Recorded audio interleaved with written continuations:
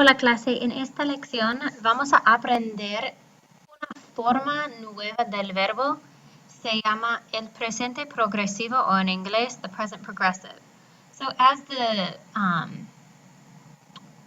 the lesson explained, you guys up until this point have been able to express yourself in a general form in the present to say things like I play hockey, I have many friends that I go to school with. So they're a general statement. It doesn't specify exactly when something's going on or when something happens.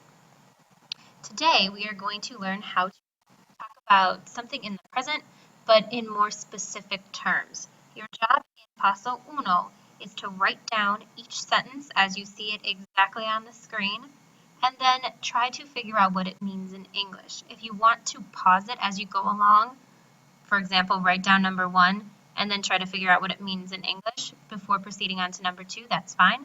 Or if you want to look at all 5 of them and then go back and look at them again and try to figure out what they mean in English, that's fine as well. Use your discretion. Número 1. Superman está usando la computadora. Está usando es el verbo nuevo. Superman está usando la computadora ahora. Número 2. El bebé está llorando. Ahora el bebé está llorando. Está llorando es el verbo nuevo. Número 3. Los huevos están bailando. Ahora los huevos están bailando. Están bailando es el verbo nuevo. Número 4. Escribe. Yo estoy hablando. Ahora yo estoy hablando. Estoy hablando es el verbo nuevo. Número 5. Tú estás cocinando. Estás cocinando es el verbo nuevo. Tú estás cocinando ahora. Bien, I want you to now go back and look at each sentence, numbers 1 through 5, and figure out what the two parts of the sentences are that are new to you. So this new verb form has two components. It's not just one word. There are two words to help express this new idea that we're going to talk about.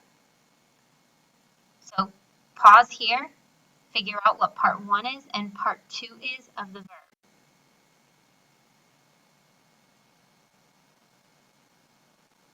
Once you have taken a guess, you may move on.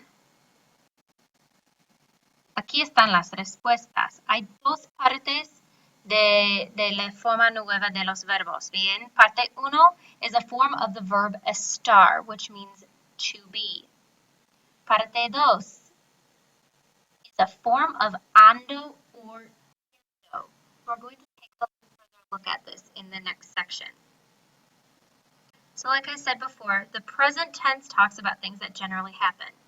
El presente progresivo is used to emphasize an action that is taking place right now in a particular moment. You can think of it in the way that ando or yendo means ing in English. So anytime you see ando or yendo, it means ing. So it adds that ing component to whatever word it is that you're talking about.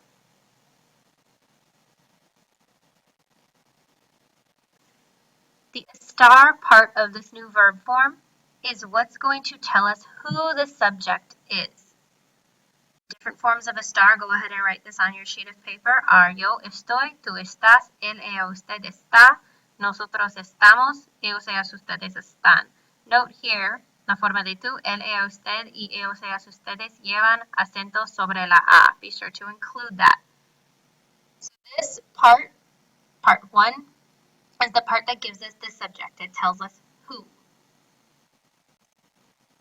Then we're going to add our ing form of the verb. So this part here is what is going to indicate something that is happening right now. So this part is going to tell us what the subject is doing. So this should make sense. Estar means to be. So that first part, part 1, says who is doing something. So the first part is, the second part is what they are doing. We use ando for verbos de AR. We use yendo for verbos de AR. So this is where this first page of your packet is going to come in handy because that breaks down the verbs that you've learned thus far that are AR, ER, and IR. Aquí tenemos unos ejemplos. Your job right now is going to be to just listen to how this is formulated. You don't need to write down anything unless you want to. You can use your packet to write down information, or you can take out a separate sheet of paper right now, pause this, and write down any information that you feel like you need.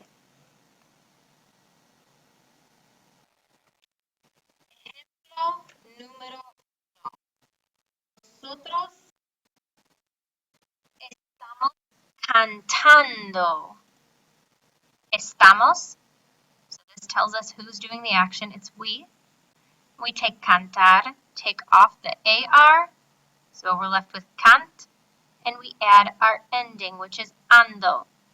This second part here that means ing never, ever, ever changes, even if you have different subjects. The part that changes based on the subject is the first part, estamos. So, for example, let's say that I took nosotros and I said, nope, I want to change this and put this in the I form. We would just change it to yo estoy cantando. So cantando never changes. So cantando literally translates to singing. The first part tells us who is singing. So nosotros estamos cantando. Yo estoy bebiendo. Estoy, so this tells us who. Beber es el verbo to drink. We take off the ER. We're left with beb, and we add yendo because this is an ER verb. Otra vez, yo estoy bebiendo. Tú estás escuchando. Estás porque es la forma de tú.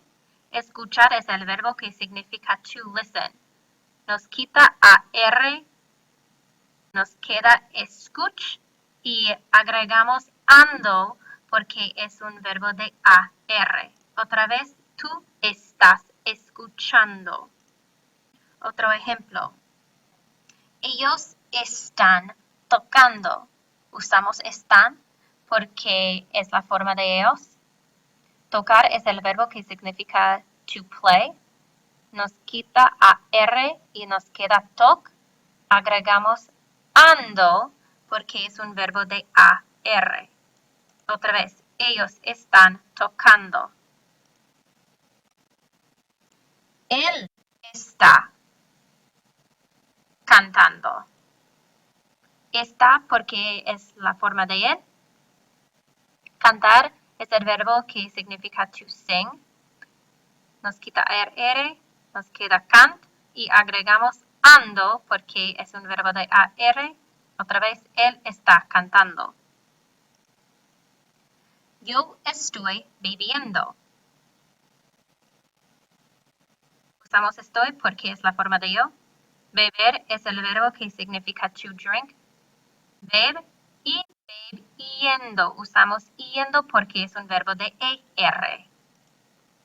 Otra vez, yo estoy bebiendo. Ella está trabajando. Está porque es la forma de ella. Trabajar significa to work. Y usamos trabajando porque es un verbo de AR. Otra vez, ella está trabajando.